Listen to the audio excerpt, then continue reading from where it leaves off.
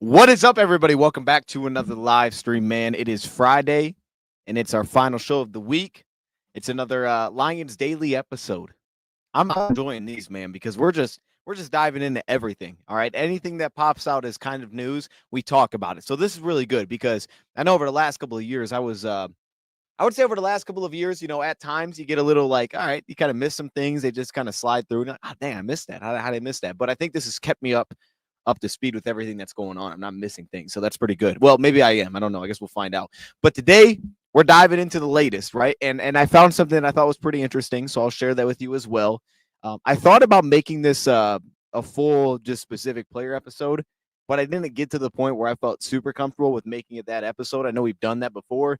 I didn't get to that point yet. So I plan on pre-recording that video, and that's going to be safety Dan Jackson. I'm almost done, but I'm not all the way there. I want to finish up. I don't want to just cut it short just to make sure that I get it in the live stream. So we'll get that out eventually, but we'll talk about him a little bit today because I do have some early takes on that. But before we get to any of it, let's start here. We got the big news, and this is Aiden Hutchinson. And I feel like I don't want to say it's like big news because this was expected, but Aiden Hutchinson is fully cleared. That's fantastic. He spoke about how hyped he was for OTAs because he had so much time off. Well, I guess I won't even call it time off. I mean, the guy's rehabbing, so he's doing stuff, but just from actual football activity. I get that excitement. Honestly, whatever it is, like just something that you love to do, you're just pumped to like, oh man, I want to do that again. Like I missed it a ton. And so Aiden Hutchinson's pumped to get back to it. But I thought there was actually more that came out of this that was like kind of weird. And I thought like, okay, we got to at least touch on this a little bit here. So Aiden Hutchinson's fully cleared, had the broken tibia and fibula, and that has been fully cleared now to get back to participation. Now that said, though, the questions are like, all right, well, where's this going to get to? That kind of thing. So we know that he's fully cleared, but we also heard our assistant coach, I think it was Kelvin Shepard, like a week ago, talk about like, hey, I knew he was back when he was getting his hands on the ground, doing the hoops, right? That kind of thing, right? That kind of bend. And we would even see it in the videos that he was posting on Instagram. And it was kind of like weird watching for me because you just like know that you're like, that's one of those things that are in your mind, right? It's like you're coming off an injury. I would assume that, especially early on, that's just something that's kind of in your head. Like, you're thinking about it. You're not just doing it because you're concerned about it. But he was doing it a while back. He was bending and touching the ground, doing all those things. So it was good. Look, a guy was playing fast. So I have no concerns about that. But the weird like conversation on the side was like, whoa, are the Lions concerned about this? Are they going to pay him? And I think it was NBC Sports that came out with this. And I was just like a little bit like what? like, wait a minute. What are we talking about? What are we talking about? So we know we already picked up his 5th-year option. So he's locked in for that. Fully anticipate he's going to get a monster contract at some point. We'll see what the details are on that, and he'll probably be the highest paid edge rusher in football. But it kind of threw me off a little bit because the conversation was almost more so like it was, yo, this could be a concern that this is going to come back. And here's the thing. I'm not a doctor, right? So it definitely could. I would assume every injury has some risk of re-injury. Though broken bones, it's a little bit different. It's way different actually with the broken bone. Like I've broken my arm before, it's never broken again. At least I don't think so. But the only like real source that I have on this that isn't like just Googling it online is the doctor that I go to, who tells me that like, yo, this dude's gonna be good. Like when this thing heals, he's gonna be good to go. He's gonna be fine. Like this is actually not a bad injury to have from a recovery perspective. And he would be the one to bring it to me. Like, yo, did you see the video of him running? It's like, all right, let me check out the video. So like he actually showed me like one of the first videos, I think, of Aiden Hutchinson running, or actually like informed, like, yo, check this thing out. And he was like, yo, that's like no concerns there. So someone that does these kind of things, that works on these kind of surgeries, like, yo, there's no concerns there. It's broken tibia, fibula. When that thing heals, it's going to be strong. There's no concerns about like, yo, this could be bad again. So just to kind of clear that up from everything that my source, I guess is my source, we're going to be fine. He's going to be fine. He's going to eventually get paid. So like, I don't know.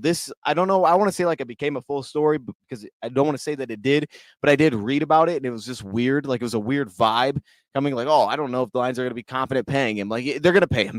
Like Aiden is going to get his money. It's just when there's really not a huge rush to do it outside of like just the idea of paying him earlier before everybody else gets paid.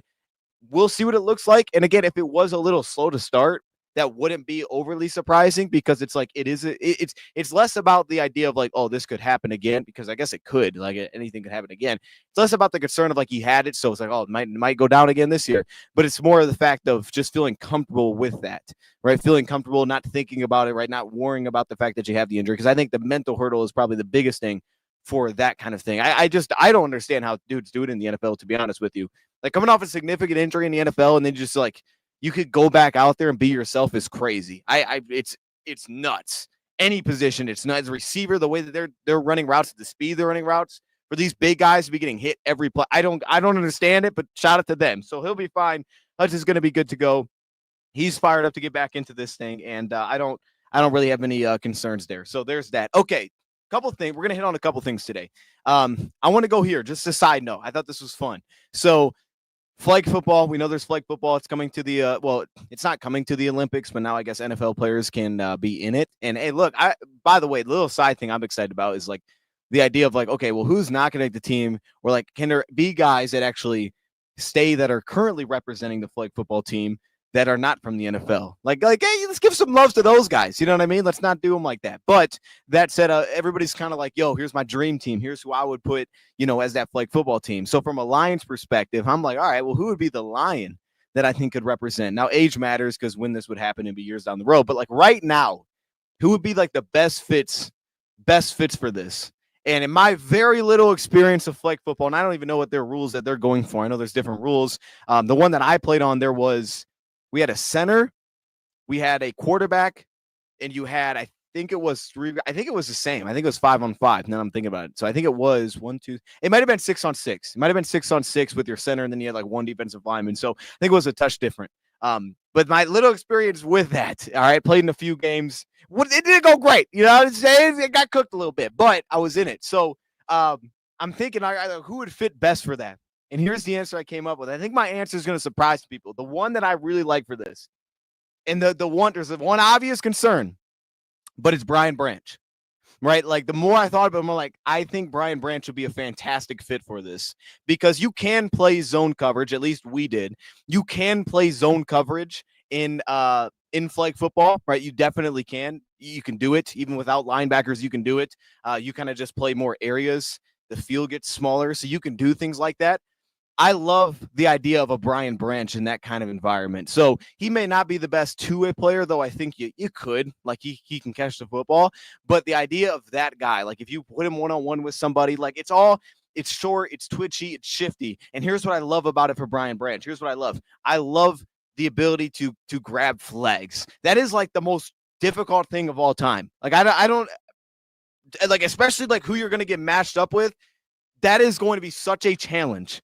And when I think about Branch, I'm like, yo, I think Branch, complete guess here. My idea would be, though, I think if there's anybody in the Lions that I would bet that he's going to do a really good job pulling flags, it would be Branch. I think he'd be outstanding at it. I think this dude's ability to like square dudes up consistently, get hands on flags without tackling people. I think Branch would be amazing at that. He'd work through traffic well. Again, it's not as long, so like it wouldn't be like, oh, he got to get sideline.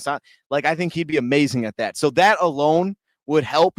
Because like, I can blitz him, I can have him chase the quarterback, and then obviously his ability to get the flags. But then as a defender, like you could put him one-on-one with somebody, and he's just so sticky. He's so sticky that I think that he'd be perfect. So I also considered Kirby. Again, that'd be a one side of the ball thing for sure. Though he does have the ball skills you think for offense. I didn't get there with Kirby because like similar to Branch, neither of them are like elite speed wise.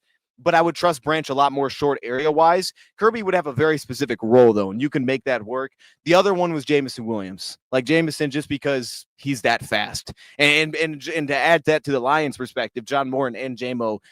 John Morton spoke on both Jameson and Gibbs. He was like, I've never been a part or been around guys like that like can get to that speed that fast. Like it's one thing to get there long speed-wise, but like 0 to 60, he's like, I've never – I think he brought up Gibbs specifically, but he was like those two guys. And I think that Jameson would fit that because he's also kind of tall.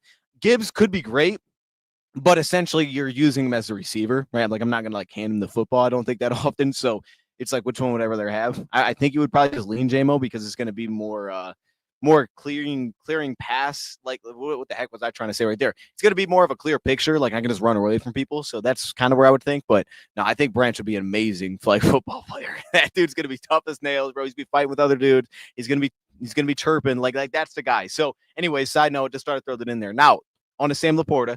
Um, there's I don't think this is even a story to be honest, but it's been brought up as a story, I guess, because people have brought this up like, oh, his drop in production. I actually think the more interesting thing about Sam LaPorta is actually what PFF had. PFF had a write up, and I want to read this because I thought this was great. So shout out to PFF putting this together, and it was more so about kind of the tight end production under a John Morton offense. Now we don't have a ton of experience with that because he's only been the offensive coordinator the one time in the NFL, and that he was with the Lions, but it wasn't like he was their offensive coordinator. It was with his first season. He implemented some things, so we know that he had an impact on what it looked like. And then even with the Broncos, again, he wasn't the offensive coordinator there, but he was part of the staff. But I think what they said about him is actually the more interesting nugget, and this is that new offensive coordinator John Morton's 1 year with the Detroit Lions is the year TJ Hockenson averaged only 3.7 receptions per game before getting traded to the Minnesota Vikings. Morton's last 2 seasons were with the Broncos, who had the fewest receptions by tight end for any team. The 1 year where Morton was the lead offensive coach for a team was with the Jets in 2017, where the Jets tight ends had 601 receiving yards, which ranked 6th fewest, and 4 touchdowns, which were tied for 6th fewest. I thought that was a very interesting article when you're just talking about the tight end position, the expectation for production, where you could be like, all right, well, maybe it is a little bit less here. Now, that said, with Sam LaPorta specifically, I personally have no concerns. I thought he was awesome last year, and I'm going to kind of give you a stretch of that. But when Sam LaPorta was kind of talking about it, his focus was on his run blocking. He was like, "What? Number one, like we had the best scoring offense in football. Like we've had, like over the last 5 years is something that he brought up there. But he was so good in terms of scoring offensively, and he's like, there's other guys on this team that deserve the football. He's like, I think I deserve the football too, but there's other guys, here as well. So his focus is actually on." I think the right thing, which was like the things that he can control, which is run blocking, is what he's talked about and how he was getting better in that area. And look, man, Sam LaPorta has been an awesome blocker for us. Like this dude over the last couple of years has been an awesome blocker. I think last year was a good step forward for him, and there's more zone blocking this past season than gap blocking, which can change it up in some ways, I guess, because I think you're more typically going to be involved unless you're kind of like down blocking towards the side of the ball where the ball is going, like towards the play side, things like that. But regardless, like his run blocking has been awesome for us. I've loved LaPorta in that role. I think you can put him at fullback sometimes, and he'd be comfortable there. So I like that his emphasis was on kind of what I control, but my concern is nowhere near any kind of concern with LaPorta. You look at it this past season, he was still ridiculously productive. I mean, even if you're like, oh, compared to the first year, he had 1,000 yards. Yeah, well, he was awesome last year too. I mean, like he was 6th in receiving yards for a tight end. He was 11th in receptions for a tight end. He had a 124 pass rating when targeted for a tight end. He also only had 1 drop on the season. The guy was amazing. And yes, like J-Mo was force fed the ball early in the season. Like I don't really – I mean, the only thing that it would impact is like, well, potentially what does the next deal look like for LaPorta if his numbers aren't as massive, because that could impact kind of like what you're looking at for the next deal. But ultimately, like from like just him alone, like if you're like, oh, did he look worse last year? I'd be like, no, I don't think he looked worse at all. Like not at all, actually. I thought he was awesome. And actually down the stretch, he finished so well. Down the stretch is sent from week 14 on. I think that was Green Bay it started with 5 receptions, 7 receptions, 4 receptions, 6 receptions, 7 receptions, 6 receptions, 3 touchdowns during that span. He had the ridiculous touchdown grab in the playoffs against Washington. Like, no, like I no, not at all. It's just that we got a lot of weapons. That's a good thing. Our offense was great last season. So again, I don't know if that's a huge story, but it was like asked, and it's been asked because the numbers did drop. If our offense was trash on top of that, then like, all right, maybe there's a conversation we have here. I think the more interesting conversation is about the John Morton offense than anything. All right, the other story that I want to get to here is I don't even think this is a story, but I saw it, so I was like, all right, we could talk about this. So everybody's kind of dropping their like behind the scenes of the draft, and I'm watching all these different behind the scenes. I'm loving them, right? Because there's all these players that we didn't draft that we looked into, kind of seeing their reaction to it, why the team loved the guys, and it's a lot of fun. And I was hoping the Atlanta Falcons would give us some like good insight. They didn't really give us that. Other teams actually gave us, I think, more behind the scenes on the whole process. I think Philly had the best one by far. Theirs was awesome. But the interesting thing was that I took from it was they were calling everybody, really from the Chargers on. They were calling everybody about trying to get up for Jahad Campbell, and they called the Lions, and they had a very like short snip of them calling the Lions, And when they called the Lions about trying to move up, we didn't actually hear Brad Holmes speak in there, but they told us that Brad Holmes was on the phone, and it sounded like the whole conversation was the Lions were like, "Yeah, we're good. We're gonna sit." And he was like, "Oh, I appreciate your honesty," that kind of thing. We don't know the full conversation there, but from what I was able to gather, it sounded as if Brad Holmes, and it sounded like the Vikings had kind of the same idea too. They were on with taking Donovan Jackson. They were in for that. So it almost sounded as if the Lions, I don't want to say like they didn't hear the offers of what they would be willing to give up, but it's almost like they didn't really care. It's almost like it was like, okay, we don't really care what the offer is here. We're gonna sit. Like we're not really contemplating getting out of this spot at 28. We're gonna sit here and we're just gonna make our draft pick. And that's kind of what the takeaway was when listening to the Eagles side of things. It was like, all right, the Eagles called, but it didn't ever feel like there was a like, hey, we're gonna get out. And the Eagles, the only thing that they were willing to give up was like, hey, we're going to get a defensive player here. Now, I don't know how many teams they're actually willing to tell that to until the trade was done, like with Kansas City, but that was it. And it felt like the Lions were pretty like set on, like, yeah, we're taking a defensive. Well, yeah, we're going to take our guy. We're not really even really contemplating moving back in this spot. I mean, maybe if they got something that was crazy, but I think once they got there, they were pretty set on we're taking Tyleek. So I just thought that was like an interesting little nugget from watching it. Is I don't even know how much they really listened to what the Eagles had to offer. They were pretty set, like we're taking our guy here, and rightfully so. Is actually watching back the 2021 draft and the amount of defensive linemen and offensive linemen that went versus what the expectation was, and how that kind of led to how the draft shook out for us. I think this draft was very similar. I think the approach was clearly very similar as well. You know, you go Tyleek at the beginning, then you take Tate Ratledge, and that time it was Sewell, and then you went Levi, then you went Aleem before you got Iffy, and then you waited on St. Brown in the fourth round, then you traded up with Cleveland to go get Derek Barnes, and you went back to back. There was actually a lot of similarities, I think, in the approach, and we saw that by the positions that were drafted. But I think also we saw that in the way that the board fell was very similar as well. Now, we knew that the edge position was heavy this year. We knew the defensive front was very heavy this season. But the offensive line got picked off very early. Like there was no guys weren't really slipping through the cracks. It was like, okay, guys are kind of gone. And it's like, you're going to go get your guy. And that's why we ended up trading up for Tate Ratledge. So dudes were just going. Dudes were flying off the board. But I think that seeing that reminded me of kind of how similarly those went down. Like Lions sat back, waited for Saint. A lot of the expectation was Saint would be gone. And that's because of how much the defensive front and the offensive linemen were going off the board. So we're talking about all these skill position players, and it just doesn't happen. And then all of a sudden you get to this draft, and it felt kind of similar in some ways. Like I don't think there was much depth at the offensive line, but I did think, for that to be the case as highly, but it was very similar in how it kind of played out. Like, yeah, all these big dudes are going. If you're going to get your big dudes, get them. And then beyond that, then you kind of wait, and all the skill position players are where you end up going. And for the Lions specifically, that's how the draft ended up playing out. They got their big dudes, and then they traded up for Isaac Tesla. And then, they got Lovett at the end and Dan Jackson. They got their edge rusher, but it was like you get the big guys early. So I don't know. I just felt like that was very similar. And the Lions felt pretty like, we're not moving. And I think it made sense. We hear all the things coming out about like, oh, who is interested in Tesla? They need to move up this far. Clearly they need to move up. They moved to 32 spots. But this one specifically, like the almost the sense of like they were just not going to move. Like it was like, yeah, we're not going to risk it. We're going to get our guy right here. Was a feeling of, I think, how the draft ended up going, right? Seeing a guy like Derek Harmon go to Pittsburgh when he went to Pittsburgh, right? Seeing the Vikings jump on Donovan Jackson, the aggression to go up and Tate Ratledge, like just kind of that whole sense and the feeling of the 2021 draft. I think both those things, right? They were talking about moving up for Levi. They didn't have to, but it just all kind of felt similar to that season, that this is how the draft played out. They got back to the core of how they were going to build a team, which I think is what they needed to do this season. And it kind of just took you right back to how this team was initially built. And it's really kind of storybook, right? Because it's now the year of 2021, 22, 23, 24. The 2025 draft would be essentially the end of your rookie contracts. So if you just did it based on that, it'd be like, yeah, it makes sense that then that fifth year is the year that you go back to building it the same way, because those rookie contract expires. We know some of them came back, some of them didn't, but it's kind of that idea of like, we're getting back to how this thing initially built. All right. That aside, the last thing that I want to hit on here is let's talk a little bit about Dan Jackson.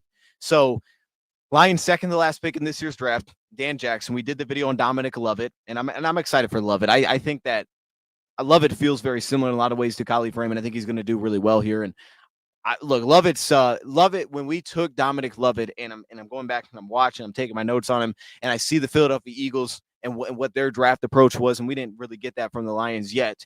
But every team has a different kind of day 3 strategy specifically, and how the Eagles were not looking to draft backups, as they put it, right? It wasn't about let's get core special teamers. Let's see if we can take some swings and see if we can land some starters, right? Can we land starters? Which players have the upside traits to become starters? And if we miss, we miss. But we're going to take some swings to just see if that's going to happen. Like, that's straight up. Let's see if we can land some dudes that we feel like have the talent to get there. And I think the Lions, while maybe you can get similar players to that can fit that mold, like Giovanni Manu, right? When they selected him, I think Broderick Martin, right? Those are your true developmental draft picks. You could say that those guys can kind of fall into the same category of that earlier, though, in day 3 than like round 6.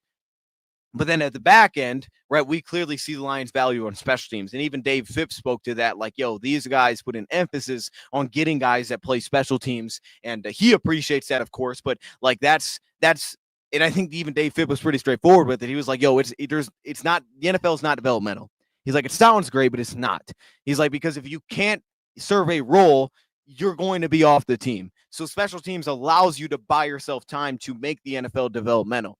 And I think that Dan Jackson is a very interesting case in all of this, because Dan Jackson clearly looks like a special teamer, but there's areas where he's going to have to be better on special teams from what I've went through so far. Like, for example, as a run defender, as aggressive as he is, as much as a hitter as he is, and he is a missile when he's working downhill, he's physical as it gets, he's tough as he's as tough as they come, and he seems to be willing to just throw his nose into everything. He wants to get on tackles. He had a game this past season with 10 tackles. The first game that I noticed, it was Florida. This guy was hitting people. He was flying around. That was the first game it really stood out. You always felt the aggression, but Florida was the game that it popped. And they're like, all right, this guy's willing to hit anybody. And that's just his play style. And, he's a 6-year senior, so he's an older player. He's had games where you haven't seen him on the field a ton. It's mainly when Starks goes to the nickel. It's like, all right, this guy's going to live on the field. Like, there was a game this past season where he didn't even play in the first half. It was like he's not even on the field until the second half, where it's like, all right, we start mixing Malachi Starks into putting him in a slot. So there was almost like a battle for him to just get on the field this past season. But I think Dan Jackson falls into this interesting because he has this skill set to be effective on special teams. And the things that we would always value for special teams was how fast does a player play, and then what's his toughness. And those two things, those boxes, that's how I was always taught to do it for special teamers. Those two boxes he checks incredibly well. Play speed wise, well, I don't think he always plays as fast as maybe some of the testing scores. We know that he tested out well. The 4.46 40 at his pro day is fantastic, and it even looks better than I think some of his play speed. But then also the toughness. Those two things, like, he checks those boxes to be a special teamer. We just need his ability to get off blocks. Needs to be better, because he doesn't do that well right now as a consistent tackler. That's not great right now either. I trust him in open field because he's got the speed to do it. He can close. He can create angles when he's on the move. He's got some wiggle to his game, right? He's got some flexibility there.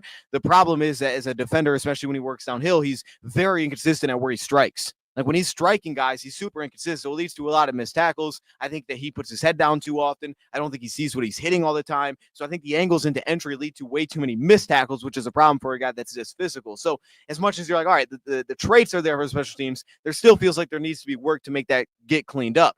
But then as a safety, he's kind of in a weird spot, because I actually think with where the safety position is at from an investment perspective, he's got a very good shot to make the team, which makes it interesting because he doesn't feel like he's necessarily falling directly maybe into that category of like, it has to be special teams, because otherwise he'd be in a really tough spot. I actually think because of where safety's at and him being a 6-year senior, the amount of experience and because of the football intelligence that he showcases on the field, I actually think he gives himself a legitimate shot to make the team, maybe even more so because of what he can add defensively in the meantime. And to me, when I'm going through Dan Jackson, the thing that stands out about Dan Jackson to me is the versatility all connects. Like, you'll see when I had to ultimately do the video, the versatility is what actually connects defensively. So I actually think as much as he's going to bring value special teams wise, because for him, he played on punt return team, and a lot of times he was utilized as a piece, and this is kind of giving you insight on what the video is going to say, but he was utilized as the piece as so punt return, teams do differently. There's different strategies for punt return, but oftentimes you're going to have guys, and you'll do this on different special teams units.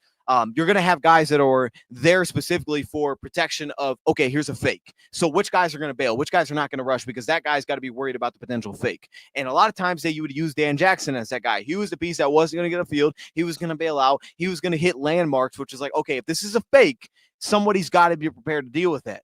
And a lot of times Dan Jackson was prepared to deal with that. So he was in those spots. You also get it on kick return team as well as kickoff team, his ability to create angles, the understanding. Now, look, it's different in the NFL now than than college football. That's going to change some things. So again, you have to be a good tackler. We know the toughness is going to be there, but you got to be a better tackler because look, man, if everybody's responsible for 10 yards away from a guy, if you can get an angle, which clearly he was very capable of doing, Dan Jackson did a fantastic job of getting angles. And that's such a huge part in college because you're playing through those, zones as a kickoff team a lot of times, right? You're playing through speed zones where it's like, hey, at this point, we don't want contact. We just want to get our angle here. And then we're going to get to the point where we're willing to take contact, but we have to find our angles. And he was very good at doing that. So from a traits perspective, a lot of it's there. We just need more consistent tackling. We need him to get off blocks better. But defensively is actually where I buy into the fact that he's going to be able to have some stability that immediately you're like, okay, we really like this. We're actually good. You're actually going to be very comfortably making the team because of what this is. And to me, it comes up to the flexibility as a piece, right? It's the coverage flexibility and it's the run defensive flexibility.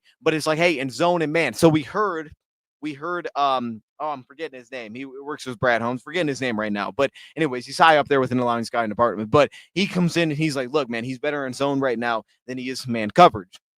And as I'm watching that, right, that's kind of in the back of my mind. And I'm going through my notes and I'm like, what does he mean when he's saying this? And I think, the big takeaway there for me was, okay, you get him in situations, say it's like a 2-man coverage, right? So cover 2-man. Ray Agnew, yes, good luck. So it's like those specific coverages. And that's a spot where everybody's assigned underneath to a man coverage assignment. You got 2 deep safeties. Or maybe you're playing in some sort of match coverage, right? Where it's like a 2 deep match coverage. You're on some kind of quarters coverage, something along those lines. Like those are the spots where you feel it when you're watching him and you think like, okay, this is where he could get in trouble a little bit because his eye balance is very heavily leaning quarterback. Maybe he's not picking up on other route combinations to actually get himself to make plays. The communication doesn't feel as fast. You're like, I don't know if he's connecting in these spots.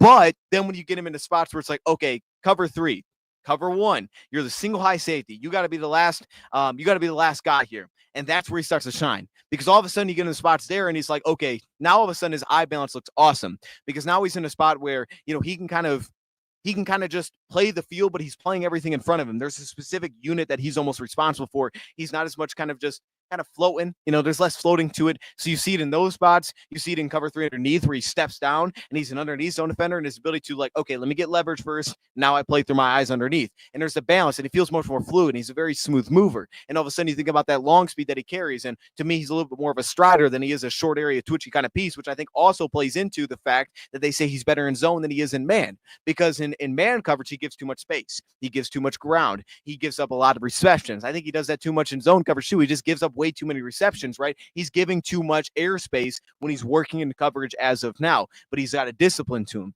He's got an ability to say, I'm going to stay over top. I'm not going to let guys get underneath or let guys get over top when I'm the single high coverage. I'm going to do my job. Like this was not a piece that I haven't even seen a rep yet where it's like, all right, it's cover 3.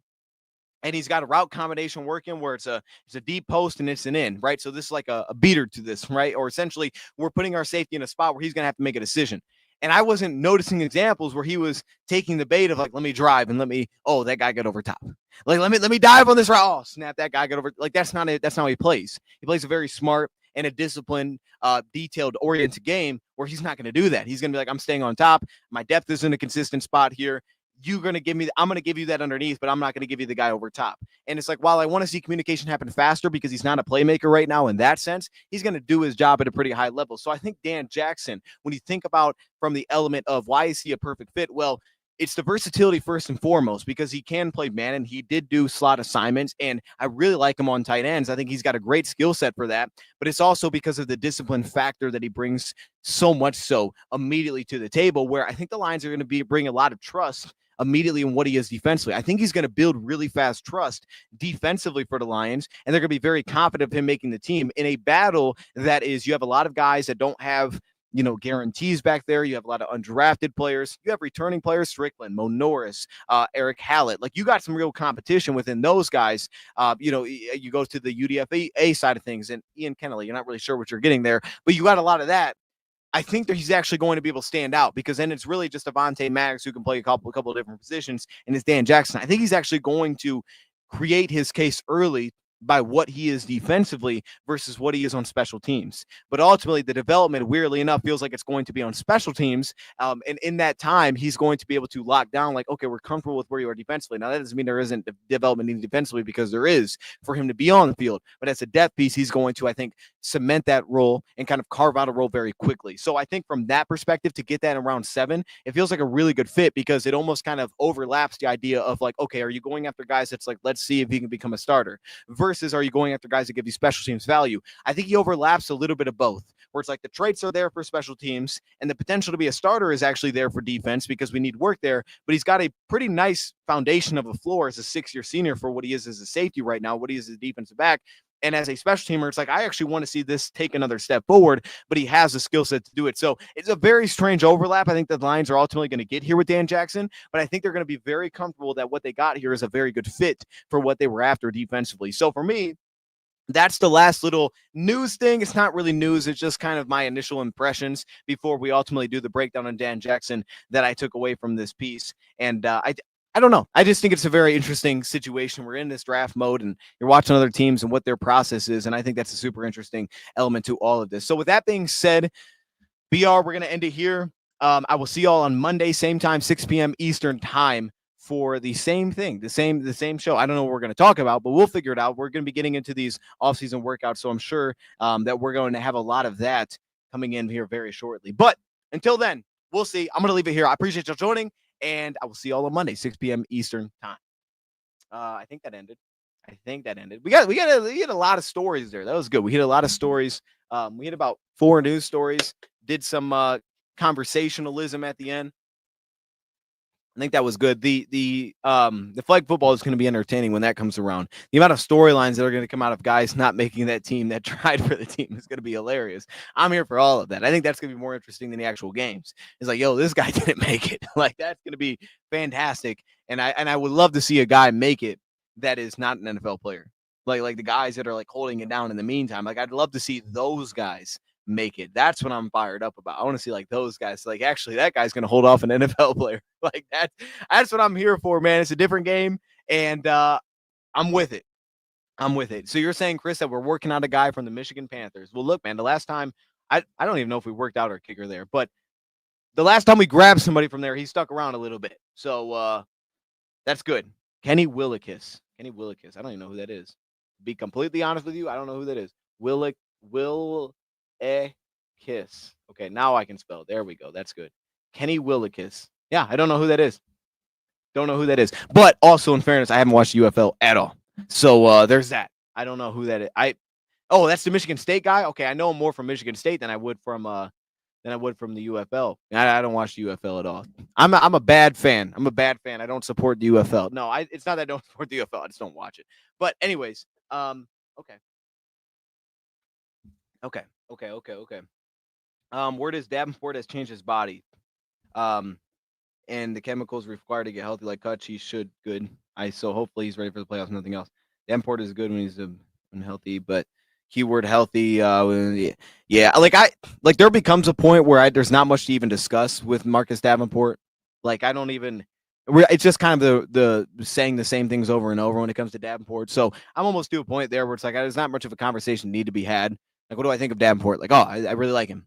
Man, is he gonna be healthy? I don't know. Like, I don't know, but it is what it is, right? Like, it's things that you to an extent you can't control, but you do what you can to control. And it sounds like the Lions are really putting an emphasis on trying to figure out how they can survive him for the long run, but also it's not like okay, let's not let him get out there and take snaps, because we also have to build his body so that he can be out there, and he needs to be out there for us. So like, we'll see. We'll see. Like, if you want my take, I really like him, and then we'll just ultimately see where it ends up going. They're doing a bobblehead giveaway. For Jake Bates. That's fire. That's fire. That would get people in. That makes a lot of sense. Well, what's the word with Hutch? Hutch is good, man. Hutch has been fully cleared. And now, again, like, there's still a process, I think, to that, because there is a ramp up. But from everything that I've seen, he looks very comfortable and just being confident in his ability to move right now. And I think that's everything. Being confident of bending specifically that leg, right? Trusting it through contact, like all of those things. Like I said, I don't know how these dudes do it. I don't know how an NFL player comes off a significant injury and gets back out there. It's ridiculous. Like all the credit in the world to them, but I don't know how they do it. I have no idea how they do it, but good for them. But ultimately, like, yeah, I mean, the only real thing I wanted to bring up with the Hutchinson thing was this idea that the Lions could be concerned about paying him, and I'm just like, I don't buy that at all. Now, like, yeah, you want to see him play again, right? Because it's not as much about the concern of re-injury, which the idea is to me. I don't think there's much concern at all about like, oh, he might get hurt there again. Like, I guess he could, right? But if the same exact thing took place, yeah, it could happen. But the idea of because he was injured the way that he was, from all the intel that I've gathered, that's not a concern, actually. It's like, yeah, you're actually very confident that this guy's going to be okay. He's going to be okay. This is an injury that you're fine with. Once this guy gets right, he's going to be right. So I think the idea of like, okay, you want to see him first, like, that's fine, right? You want to see where he gets to, how fast he come along. But the flip side of like being concerned that like, oh, because he had this injury, oh no, like I don't think that's a thing. I don't think that's the thing at all. And that's just from everything that I've gathered with that. So I'm pumped for Hutch, and it takes us back to when we drafted him. I think we ended up doing when we did our video on Hutchinson, it was like, this guy's not going to fail. And this is the kind of things that you draft these guys for. And I think the more that we're seeing this kind of shake out is because these are the kind of characters and lines are going after, and there's a reason for it, right? There's a reason that Levi was able to get to where he got to. There's a reason that Levi made it work. Everybody counted out Levi. I mean, well, not everybody, but a lot of people did. But Levi found a way. And the reason he found a way is because of the character that he has. And you have to have that hunger to make it work and find a way and not just throw the towel in and say, this is not going to happen here. Like, he had that within him. And that's why it's still going on. And I think that's so much of how can we understand what the character is the Lions are looking for. Well, we can see it now down the road, right? We can look at it 4 years later and say, okay, well, I get it. Like, I get it. I get why they drafted that guy. And he gave himself every opportunity that he could. And Aiden Hutchinson, like, he's fired up for OTAs just because he wants to play football. Like, this guy already knows what he is. Like, I mean, this guy's outstanding. He's one of the best in football, but he's fired up to be out there for OTAs just because he wants to get back at it. There's that hunger and there's that drive that fuels these dudes, right? There's a fuel to the flame that these guys have. And I think like that's the best way to kind of for us to interpret what the Lions mean when they feel like these guys love the game. And I think we saw a lot of that come through this draft. Like, a lot of teams were really bought into drafting those kind of players. And, we've seen that over the years now. Certain players will slip, but man, the guys that you're all in. Like, these guys are all in. Those guys get drafted. And I think that we've really seen that this year. It's crazy though, isn't it? Like, Bo, it's nuts. I don't know how they do it. I'm out here like, and I feel like weird. I feel like it's always back in my mind, like even just moving around as like I've gotten to the point with my ACL and they're like, yo, look, and we would, and this is what he told me. He said, where you're at right now within your recovery for your ACL, if you were an athlete, right? Or dang, that's disrespectful. If you but no, like if you were in it, like these guys are, we would let you go. Like, you would be, I guess, and I would essentially got the label. I would have gotten the label last time I've been there a couple of weeks ago. They didn't Hutchinson got, you're fully cleared. He's like, you would have had that by now, but because you're not, we'll take it slow with you. And you could take it slow in kind of this process. And as I'm moving around the entire time, like, I can't help but think about it. Anytime I try to push the gas a little bit in movement, I'm like, yo, I'm thinking about it's in the back of my mind. Like, oh my goodness, right? You're constantly, it's in, I don't know how a dude that's having contact on every play, that's bending off the edge, that's firing everything into his legs, and it's just like the get off, everything that comes into play there is just like, I'm good. And he's bending, he's touching the ground. Like, I don't understand how he's doing it. Like, I saw a video of Stephon Diggs. Did y'all see that video of Stephon Diggs running routes? Like, I don't know how he's doing that. I don't understand, but credit to those guys, man. Those guys are built different, clearly. I don't get it. I don't understand it, but that comes all the way back to the draft process. Levi's the little brother DJ Reader didn't want. Oh, that's messed up. Wait, what do you mean he doesn't want him? I think they love Levi. I don't know what you mean there. Okay, you heard joint practice with the Dolphins for the second preseason game, but I don't know if that's true. That'll be interesting. I love the joint practices because they give us a lot more. They give us a lot more fun from a media side, like because we can't unless they're at home, right? Well, if they get it at home, that's one thing. Right, but especially like the road ones. Oh, I love those, man, because then they're giving us all these videos left and right of guys going one-on-one. It just adds so much for media, when that's happening. People get so excited about that stuff versus them doing it on their own players. Like, there's just another element that gets added to it. There's always fights that break out too. So there's that too, where every day we can come back and be like, yo, there was a fight today. Like, that's every storyline. It's got to start with some sort of fight happen. I would love that. I love having those. Chevy dealers giving away free tickets to limited supply. So free tickets to the Panthers game. There you go. Hey, get on that. Get on that, y'all. I don't know. Who's all been to a game this year, man? Let me know. We were practicing with the Texans. Yeah, I don't know. Honestly, I haven't kept up with it at all, so I have no clue. Reader said that at yesterday practice, DJ, a funny guy. Okay, he said at practice. Got you. Okay. Dude, there's so many of those too, and I'll show y'all what I mean by this. Let me see if I can pull it up. There's so many of those that it's at a crazy spot right now. Like we're getting these like these media sessions, but every team is dropping these like they're dropping these things, and we're getting off-season highlights. I'm like, yo, what is this, dog? Like, Lions, come on, bro. Give us a little something from the draft. You know what I'm saying? Like, I don't want these off-season highlights, these minute off-season highlights. Like, what am I doing? What are we doing? What am I doing with it? I don't know. I don't need this. I don't need this. You know what I mean? This isn't getting me fired up, if I'm being honest with you. Watching dudes run around. I mean, it's great. It's great. But Lions, when is that 20-minute video dropping? That's all I'm saying. When is that 20-minute video dropping of what we're all waiting for? Of everybody giving these behind the scenes, we need hours. We need hours. Because I'm reading comments. They're going to clip this. No, but like, bro, I'm reading all right, I watched the Vikings today. So the Vikings dropped their, the Vikings dropped their like behind the scenes of the draft. And it was fine. Like it was fine. But like the comment section, the Vikings fans are so fired up, and I get it. Ours looks the same. But they're like, yo, this chemistry is crazy. And they're like the comments, I'm laughing because like I get it, right? You're fired up. But this is the kind of energy that these bring, bro. This is the kind of energy these bring. This is why we need this. You know what I mean? Because like we need that energy. I'm reading all these comments. They're going crazy over the smallest things. And I'm like, yo, the Lions fans will go nuts right now if you drop something like this. So we all waiting for it, right? We all know it. Like, let's just drop the elephant in the room, Lions. Like, this is all what we're here for. We're just waiting for it to happen. I'm watching the Vikings fans go crazy over the smallest things, man. And I'm telling you, the behind the scenes of the Isaac Tesla move, that's what I'm here for. That's what I'm here for. I want to see that. That's what I want to see. I want to see all of it. We trade all over the place. I want to see all of it. Because like the Rams had a really nice one. The Rams had a good one. You know, the Rams had a really good one, but they like tied it with 3 other things. They didn't maximize. I feel like they're capable money making there. They should have separated. This is my opinion. They should have separated the draft from the little workout thing they did with Jared Verse. They put it all together. They were like, we don't even care. We're just clumping these together. We're just giving y'all content. We don't care about the money. We're just getting content here. And I don't think they maximized their capabilities of money making from there. Maybe they had some sort of deal they had with an advertiser or something. But like for how long it had to be. I'm like, yo, y'all could have broke this into 3. That's legit. I respect that. They could have broke that thing into 3 different videos. I don't want the 40-second dudes running around. It doesn't hurt. But like, what are we doing? Like, I don't know. Like for example, right here, right? And shout out to Scoot Golf. So maybe this is why they're doing it. Is this what we're here for?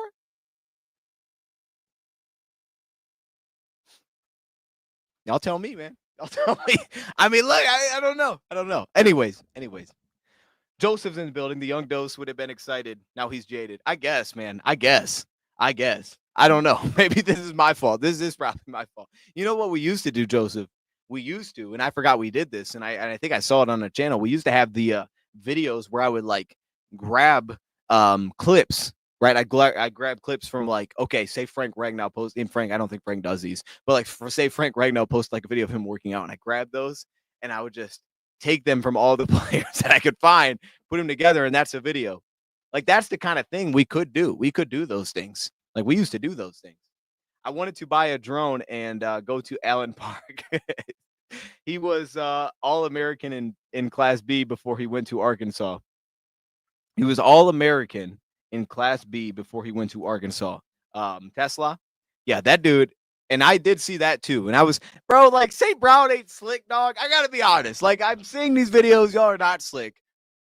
I like when I clicked on that same, and it was a good podcast, by the way. I did enjoy it. They are funny. But like the title was like, oh, hey, Tesla thought, like this dude thought. He thought he was getting a prank call.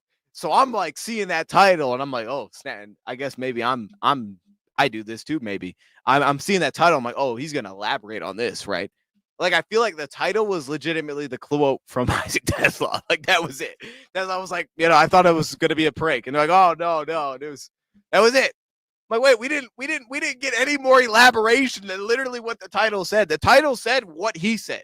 I'm reading that title thinking like he's gonna dive into this. He's gonna give us some great, like why. And it was like, that was gonna be a prank. And you're like, wait a minute, this is the title. I could have read the title and left it there and known exactly what he was about to say. I don't know. I'm just saying. But I did enjoy when they did like they threw up the players and it was like, all right, let's throw up a player, see if you know who this player is. The ball thing. That was good. I did enjoy that. Did you already pick the schedule, wins and losses? So we did. We did when we did our I maybe I should have cut that. See, like those are the things that I need to do, right? That's Rams. That's what I'm telling the Rams to do, and it didn't happen. Right? I told the Rams to do that, it didn't happen. I don't enjoy doing that, by the way. I don't like cutting everything. Like I do it occasionally. I don't like it. I don't love doing it. But anyways, we did our live schedule reaction. I think it was probably went pretty long. I think it went probably at over an hour. In that is we did it. We did walk through each game. So that is up there. We did walk through each game. We walked through it twice actually. The first time we kind of just reacted to every game, like, okay, the little nugget on like, okay, oh well, that's interesting. Like first initial response. And then we came back through the schedule and we picked like wins and losses the first times around. Wearing Armani. Oh, Armani. Man, I can't read. Wearing Armani suit to opening game. Is that like a fire brand? Like that isn't Armani like a brand? 14-3. I didn't say 14. Wait, did I say 14-3? I might have said 14.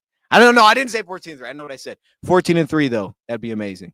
We getting 2026 draft prospects. So here's what kind of I got to this. Here's where I'm at on this. Here's where I'm at on this. So I'm not sure exactly what I want to do with this before they start playing. I'm trying to figure, I want to do what makes the most sense, right? So we have this gap, and it's not really a gap anymore. We're about to get into these offseason workouts. There may be some gaps in July where it makes sense, where it really kind of dies down. But I want to maximize the content, right? I don't want to just like, okay, let's take a lot of time for this content. It's like we didn't really do anything with that. I know once the season starts, the plan for me is, okay, hey, so it's my plan right now for sure that's going to happen is, okay, it's September. Maybe it's like we're week one. I don't know. August, September. Week one happens, college football season, bam. That's when I plan on going through the college games and saying, okay, 2026 prospects we have. How did the player perform in week one? And we'll grab some of those, maybe the best performers, the worst performers. And the plan is to grab those and have that be the episodes. So it's like, okay, the whole true like idea of like rising stock, lowering stock. That's what I plan to do. So each week we follow along. We take the players that we felt stood out. So I remember last year, like for example, I was doing the college games, and I remember having I don't know if I had the game or if I had it on the background. I think I had it on the background while I was doing another college game, and I saw like Travis Hunter make a crazy pick. It was like my first exposure of who the heck is Travis Hunter, and this was like actually a year before he got drafted. So it's actually 2 years ago. But things like that, those are the kind of things where it's like, oh, this guy was awesome. You check that out. We'll make that. And that'll be like, okay, stock rose, Travis Hunter. So that kind of thing. That's how I plan on doing it. And I plan on doing that instead of like, hey, we're 2 weeks into the season. Let's do a draft profile on this guy. It's like, we're 2 weeks in the season. This is just not going to stay the same. But every week, if we grab a handful of players and we can get the general idea of where the expectation is this guy could end up, but then we take that and we just build on it. That's the fire thing. We're going to follow. The plan is every week of college football, we have that episode drops every week through college football season, follows into the playoffs. Because think about how great that would have been for like when Donovan Jackson went to left tackle. Like Donovan Jackson could have been in one of those videos where he goes to left tackle, he takes over there, and how his stock is impacted that. Or flip side, Josh Simmons gets injured, and then how you're getting like 7 weeks down the road since injury, and it's just not the same buzz. But you had him at like so high 4 weeks into the year. That's the plan for how I want to shake that out for sure. So that's a known of how I want to do it. And then obviously that'll help us because as soon as the season ends, we can hopefully the plan is to get much quicker into mock drafts and be able to focus there because in the background, my plan is to be writing these reports really once we get 6 weeks into the season. I'm going to start writing and I'll start building those out and I'll start saving those. And I want to make them much easier for y'all to be able to see. So I think we're going to go back to doseoftheend.com officially, having reports dropping over there. That way they're up. And then we can go have those, and then mock drafts can start almost as soon as this thing ends. That's what I want to do. I want it to very quickly transition into we're talking mock drafts versus kind of having to try to put those on the backside until we get to a point where I feel comfortable enough to make mock drafts. I don't want to do that. I want to get ahead of it. So that's the plan. I want something rolling through the entire season and into the draft. That should be like 7 months, 8 months of draft videos. The problem is before that, I don't know what makes sense from a analytical perspective to drop. The only thing I can think of is a way too early mock, and maybe we get one of those. But that's even something we could do during the season. I don't know that what makes sense there versus spending that time over here. So that's just something I'm trying to balance out, figure out. I'm doing coaching again this year, so I just want to make sure that I'm like throwing because like at the high school level, coaching wise, and I'm going to be more involved this year.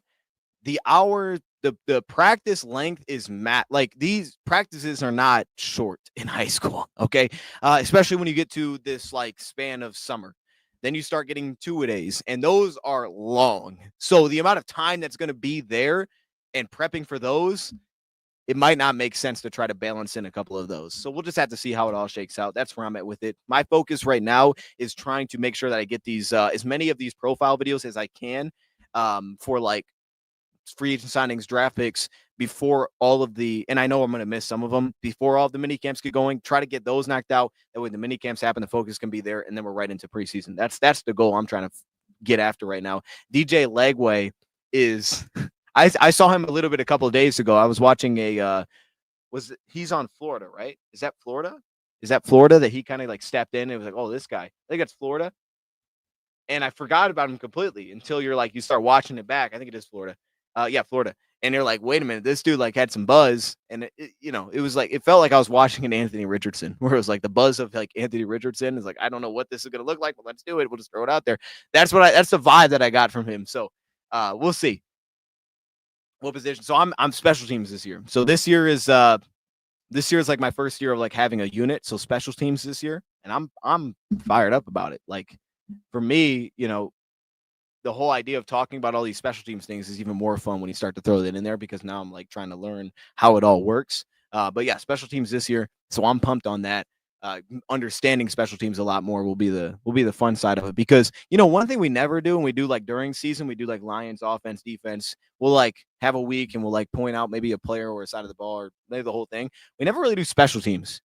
And I feel like we started to kind of dabble in that a little bit to give it some attention, especially when we talked about these draft picks. It never is going to be the biggest draw, but the Lions are really good on special teams.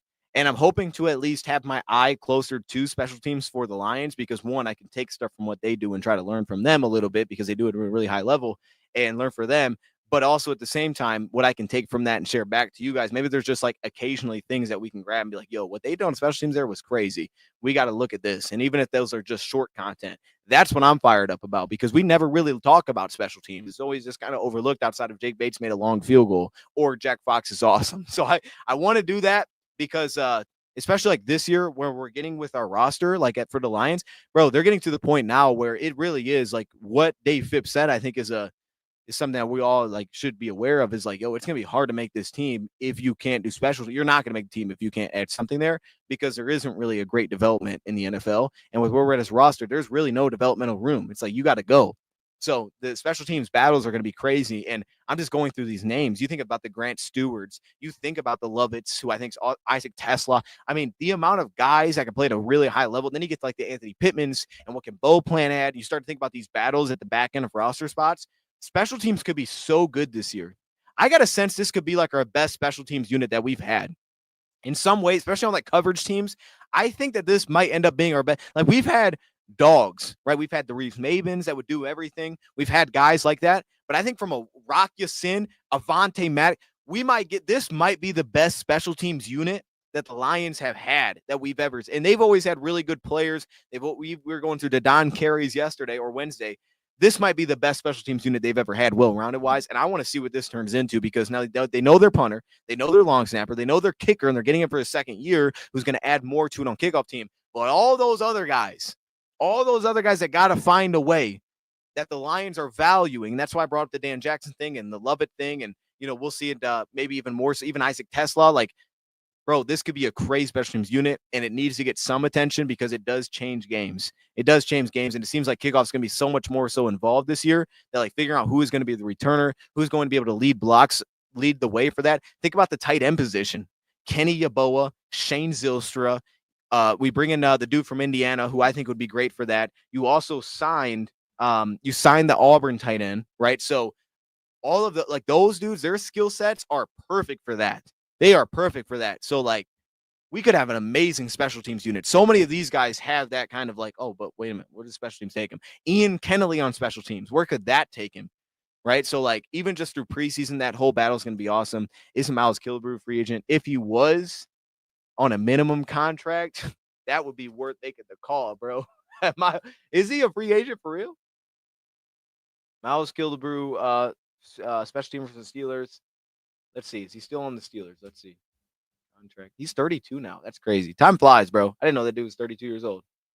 So he's on a 2-year, $6 million, $6.5 million. So he's on the second of his 2-year deal with the Pittsburgh Steelers. He's got a $4.2 million cap hit. There is an out, so we'll see. Unless he was already cut, buy or sell overpaying. So maybe something happens there. Maybe if he is still on their team, maybe he gets cut. Maybe he's one of those vets that come down the road and gets cut. That would be a very awesome. I would love that reunion. That would be amazing. Maybe he's one of those guys that could fall into that, because if we look at their depth chart, let's see what they're looking like.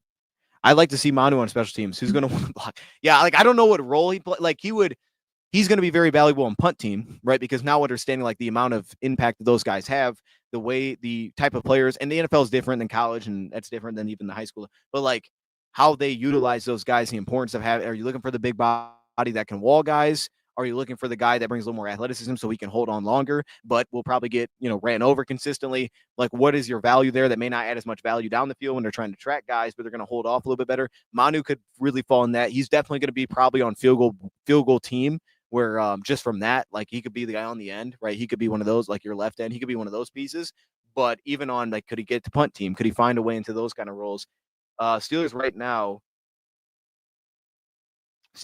Miles Killebrew's on the Steelers, but they added Juan Thornhill this offseason. They also drafted Sebastian Castro, and they added, I don't know who this Bledsoe guy is, but maybe there's a shot. That maybe, you know what I'm saying? There could be a path where that guy gets let go. That would be nasty. I would love to have Killebrew back. I like that you brought that up. I hope that becomes a thing. I hope you made something happen here. I truly believe our defense is going to be top 5 if healthy. Prove me wrong. I won't prove you wrong on that. I say we sign Tease Tabor. Max spitting facts right now, actually. This is actually why we went live. Y'all thought we went live is to talk about all this other goofy stuff. I'm going to change the title right now because that's why we're here. We are here to talk about Tease Tabor's reunion. It's great you said that, because I saw it's not in a good way. Recently, so we did when we did our stream in 2020, what year was that? 2020, 2021. Dad was on the stream. We reacted to the draft. I was in the old bedroom, and it was crazy watching that back. Like, yo, this was so different. It's crazy. And we were like, oh, Tease Tabor, that thing went horribly wrong. So we even brought that up like years ago. And also, you know what's funny? There's a clip in there. I don't know where it was. I should have saved it. Someone in the comment section, I don't know if they still watch us or not. Someone in the comment section brought up Arch Manning. And it was, I think it was 2020. What draft was that? It was the draft we took Levi. So 2021. Yeah, it was the first draft. So 2021 draft. Someone in the comments before the draft even like popped off, brought up, we should tank for Arch Manning. And they're like, for like in 5 years or something. And I'm like doing the math. And I'm like, wait a minute, that would be this next year, bro. Like, it's crazy that this dude still hasn't gotten drafted. We're still talking about that. And now he's the buzz next year. That's crazy. That's crazy. But we're like there. It's Arch Manning era, bro. You want to talk about doing draft stocks through the season? Arch Manning era is officially going to begin. We finally made it, man. But Tease Tabor was brought up, and how unfortunate that was. And he was also brought up in that stream. I just thought it was wild that was still a name that's still getting thrown out there. But Tease Tabor, man, where is he at? Where is he at? Tease Tabor, 29. He's on the Seahawks. Is he still on the Seahawks? I know he had bounced around recently, but I don't know if he's actually on a team right now. He might be. Maybe not. Maybe not. Let's see. I don't think so. So in 2023, he was on the practice squad for the Seahawks, but he was not on the team in 2024, I'm guessing. Was he in the UFL? No, he was in the UFL. He was in the UFL. Let's see. Oh, he went to safety. Well, that makes sense. So he was with the Roughnecks in 24, and he was with the Brahmas in 24. I don't know if he's with anybody right now, though. I don't think he's with anybody. Doesn't look like it. Garrett Nussmeier era. No, that's facts. Jeff Okuda at safety reunion. No, he actually did get signed, though. I think the Vikings signed him. I think the Vikings actually like brought him. I don't think he's going to be available. Vikings might need him. Jerry Jacobs. I'd love to bring Jerry Jacobs back. I would love to bring him back. It's just tough now, man. It's like Rock Ya-Sin was top of the second round, and that dude fits so well because he's stocky, very short area, very good short area quickness. He's much more of a twitchy piece than he is like a long speed guy. Like he fits in with us perfectly to this team. With things to work on, but he fits in perfectly. Like that would be who he'd battle against. You'd have guys like that, and he would embrace that battle. But it's just like where we're at now. I miss Kendall Vildor. You miss Kendall Vildor? That's crazy. That's like Matthew, you are crazy for that. Not to say I like Vildor too, but that was not at all the impression I got when he was here from a majority of people. Most people would get on Vildor. Like that Colts game, I felt bad for Vildor watching that because this dude would get beat a couple times, and that dude was getting cooked in the comment. That live chat was ruthless. That live chat was ruthless to that guy. I felt bad for dude, man. It's like, man, there's no top 5 defense without Kendall Vildor. Okay, now he's pro. Okay. Yeah, Jeff Okuda's on the Vikings. They got Isaiah Rodgers. Bro, he could start there. He could start over Isaiah Rodgers. Mekhi Blackman, Dwight McGlothern. Yo, their cornerback room's kind of trash, straight up. Like, that's kind of a garbage cornerback room. Who did they add? Ambry Thomas. Ambry Thomas, okay. They didn't even draft anybody? Yeah, I guess they had no draft picks. Hey, that cornerback room's kind of whack. Jeff Okuda might start there. That's not a good cornerback room, bro. That's not. Hey, Isaiah Rodgers is a backup for Philly. Now he played well when he played, but he didn't play much. Not this last year. That's a pretty whack cornerback rooms. Like Tavier Thomas, they do have him. They have Byron Murphy, which is great. But Mekhi Blackman, Dwight McGlothern, Jeff Okuda, Isaiah Rodgers, Ambry Thomas. Those are their top 5 wide corners. Yikes, dude. Hey, Isaac Tesla's about to go to work, dog. Look, they went aggressive, though. They went the other route. They added Ty Felton to Jordan Addison. They also, I think, went Gavin Bartholomew from Pitt. So they went offense still again. We're about to find out. That game might be 40-40. It might be. But I trust our corners more. That's the Vikings cornerback room. That's the Vikings cornerback room right now. Their starters right now are Isaiah Rodgers, who, again, was good. He just didn't play much last year as a backup for Philly. I thought he was going to replace Slay. He didn't because, obviously, he's now here. It's Isaiah Rodgers, Mekhi Blackman, and Byron Murphy as their starters. Their backups are Jeff Okuda, Tavier Thomas, Dwight McGlothern. And then beyond that is Ambry Thomas. And then I don't know who these guys are. Reddy Stewart, Khalif Halasi. I don't know who that is. And then they got some undrafted dudes in here. Keenan Garber, Zamaya Vaughn. I have no idea who these guys are. Isn't Addison going to serve that suspension for a DUI? I don't know. Did he get one of those? I still haven't forgiven Vildor for that face mask he gave up. Oh man. Well, shoot. I mean, worse than that. He had a. Yeah. Okay. We don't need to go back down that. Yeah. We don't. That was just so unfortunate. That whole thing was just so unfortunate. I don't even want to talk about that. Bears actually have a good defense. Bro, Bears are tough, bro. Their defense has been tough. I think last year it showed some holes, but I think there's a very big reason why Ben went there is because of that defense. He's like, I don't even got to worry about that. We got dudes over there. Like their cornerback room is Tyreek, who may get replaced, by the way. I think that was possible. But Jalen Johnson, who's tough. Jalen Johnson's good. Kyler Gordon, I really like. Oh, Kyler Gordon had like some. Is Kyler Gordon playing actually? I know he had some really unfortunate things going on, I think, this offseason. What do we know about Kyler Gordon? I think that was him, wasn't it? Maybe it wasn't Kyler Gordon. Maybe it wasn't him. Maybe it was someone related to Kyler Gordon. I don't remember. I know there was something that was like super unfortunate with one of their DBs. Either way, it looks like he's going to play. And then they have Zoff Frazier, they drafted Josh Blackwell, and Terrell Smith. Terrell Smith has been good for them. It's a solid cornerback room. It's pretty much the same cornerback room. They just now have Deo and Grady Jarrett, and then they added Shamar Turner. So they tried to juice that up a little bit. They should get some juice there, especially on the inside, because they didn't have anybody that could get after the quarterback last year. So that makes sense. And then, or is it Deo? I don't know. And then the offense is just the offensive line they went after. They have a love-hate thing with Tyreek now. Yeah. We're going to see how that shakes out with new management, I guess. They'll probably spend Jamo Preston's DUI. They have thoughts on the running back the Bears took. His name's Kyle Monungai. Yeah, the Rutgers running back. I didn't know a ton about Kyle Monunga. I'd be lying to you if I said I did. Right? He was in the 7th round. I don't know a ton about Kyle. I know there was some love for him in the draft because I think that he was one of those guys that added a little bit of like a pass game, like a legitimate pass game element to his game a little bit there. And for them, I think it's great because I don't think Roshan Johnson's really connected much. I thought Swift was really good for him last season, and then they don't really have much beyond that. So I think they need another back. But I don't know a ton about Kyle, so I don't want to lie to you. I don't know much about him. What up, though? Lions rule, Bears drool. Okay, I rock with that. Motown Mitch, how you doing, man? They lost to Jackson. Yeah, that was they lost to Jackson from Notre Dame in a terrible car crash. Jackson. Are you talking about Are you talking about the Vikings? Are you talking about You're talking about the Oregon corner? Yeah, you're talking about the Oregon Kyrie Jackson. Yeah. That was super unfortunate. A year ago, that was super unfortunate. I thought the Bears had a.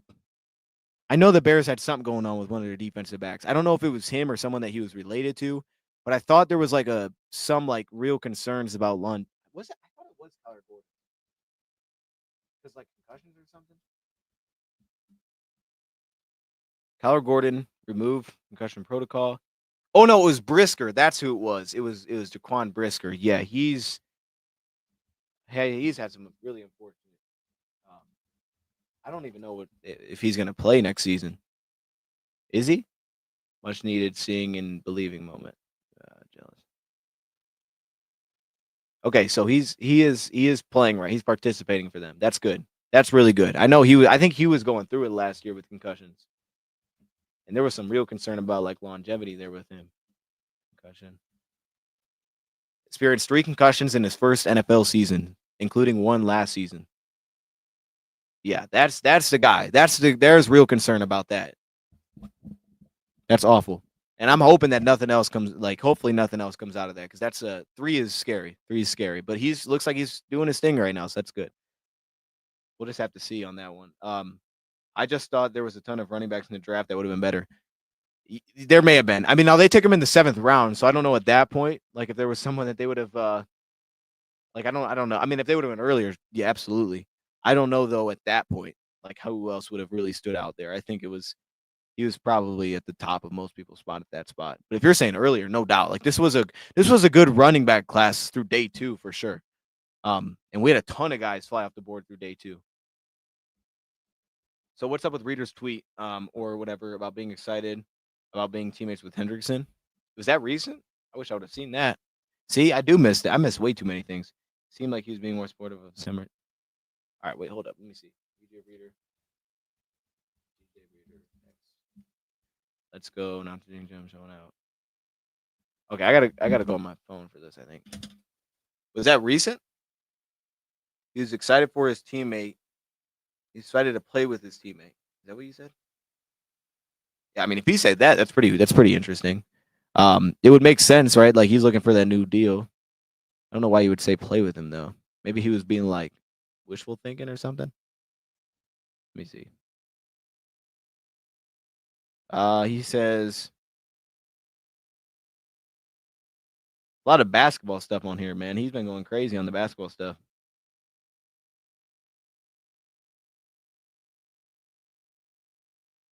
I don't know.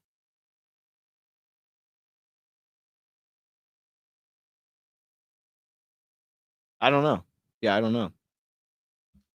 Let's talk Lions. LTL. Is that what that is? Let's talk Lions. Let's talk Lions. Are you talking about my boy? Let's talk Lions.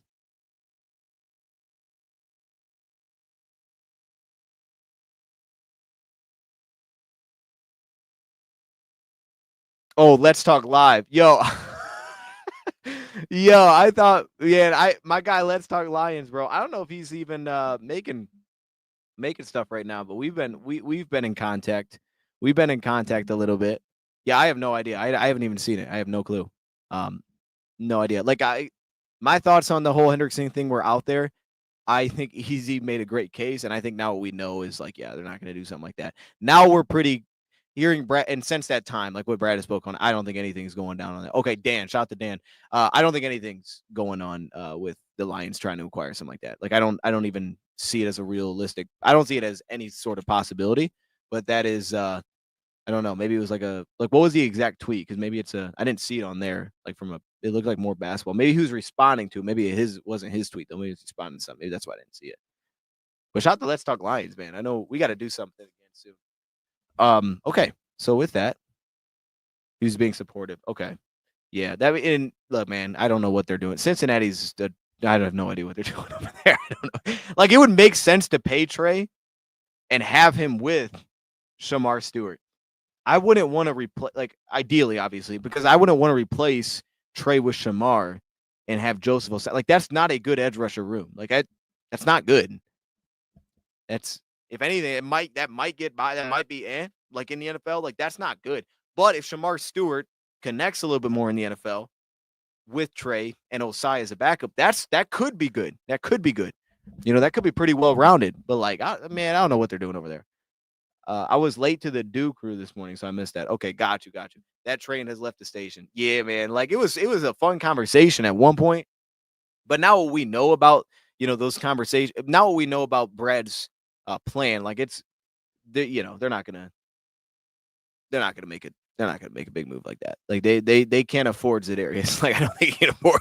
I don't think they're gonna afford bringing in Trey, the draft capital, and then giving him extension. My guess would be that won't be in the ballpark of a Za'Darius Smith. So my thought for $10 million for a year. Like if they can't afford that, my guess would be they won't be able to make that swing. They won't be able to make that shake. But as Rad would say, I like the player. I like the player, but I don't think they'll do it. Anyways, I think we hit on everything here. So I'm gonna leave it there. It's Friday, so this weekend, hopefully we get our the plan is to get Dan Jackson out this weekend. That's the plan. We'll see if it happens, but that's the plan. We're very close. I'm very close to being done. So that one should happen. And it will be pre-recorded. I think that's all really that we have here. I think that's all that we have here that's necessary. And then I know we got mini camps around the corner, so that'll be happening soon. I think next week. Does it start for us next week at some point? I think it does. Maybe it started today. I don't think it started today. I think it starts next week I think OTAs and stuff start next week. Maybe at the end of the week. I thought it was the 28th. I don't know why the 28th is in my mind. That could be wrong. I thought it was the 28th though for the Lions when it kicks off, but it could be down the road. They maxed out a receiver. They really did. That team's got an A+ at receiver and about a D- everywhere else. That's unfortunate. That is how they've approached it though. What is happening here? Okay. All right. But yeah, we're good, man. I appreciate y'all joining. And if you're just joining, feel free to run it back. We talk about all the topics in the title about through 30 minutes, and then it just went into us chatting. And that's kind of how these shows will go every time we go live. They're kind of going to go like that. If you guys do have news or something that you want to share, that you want to discuss, feel free to send it to me. X is the best way to do it, at @0DosDion. That's the best spot to do it at. Because I'll most likely see it. You can do it on Instagram, though, too, because I have been checking that a lot more. Yes, have a safe weekend. Have a great weekend, everybody out there. Enjoy the Panthers. If they're playing, I think they're playing this weekend, what it sounds like. Enjoy the Panthers. Sounds like they're doing some sweet giveaways, so maybe go to that. Maybe check it out on TV. I'm kind of checked out a little bit from the NBA at this point. I got no rooting interest anymore in theirs, but, there's that happening. But, yeah, I will see y'all on Monday at the latest, but probably earlier with a video. Anything news drops, we'll do that, too. Till then, though, have a great weekend. I will see y'all then. And we're out. And go Lions, as always. Come on, man. What are we talking about? Hutchinson's back. That's a great way to end it. This is a good, positive weekend. Hutchinson's back, man. Get the jerseys out. Let's go. I saw somebody make a post. They made an article of like Hutchinson saying that he was fully cleared. And the post was Aiden Hutchinson. It was something like Aiden Hutchinson's fully cleared. Now, buy his jersey or something. I'm like, yo, that wasn't even like sneaky, dog. You put it in the title. Like at first it looked like it was a news article. I was like, okay, maybe they're going to give some insight on this. No, it was like, yo, he's cleared, bro. Here's a link to buy his jersey. Like, this is not, I feel like this news doesn't make me want to buy his jersey now. Like if I wanted to buy, like I don't think this would be like oh snap, he's cleared. Let me get that jersey. I don't know. Shout out to them though. That's marketing. They're like, wait a minute, there's something happening here. People might be like, oh, this dude's good to go. Let me buy that jersey. I don't know if it worked. Shout out to them. They did a good job. It was crazy. I didn't expect it to see that as one of the top results, but here we are, man. So if you want a Hutchinson jersey, I guess now is the time. I don't know. We out though.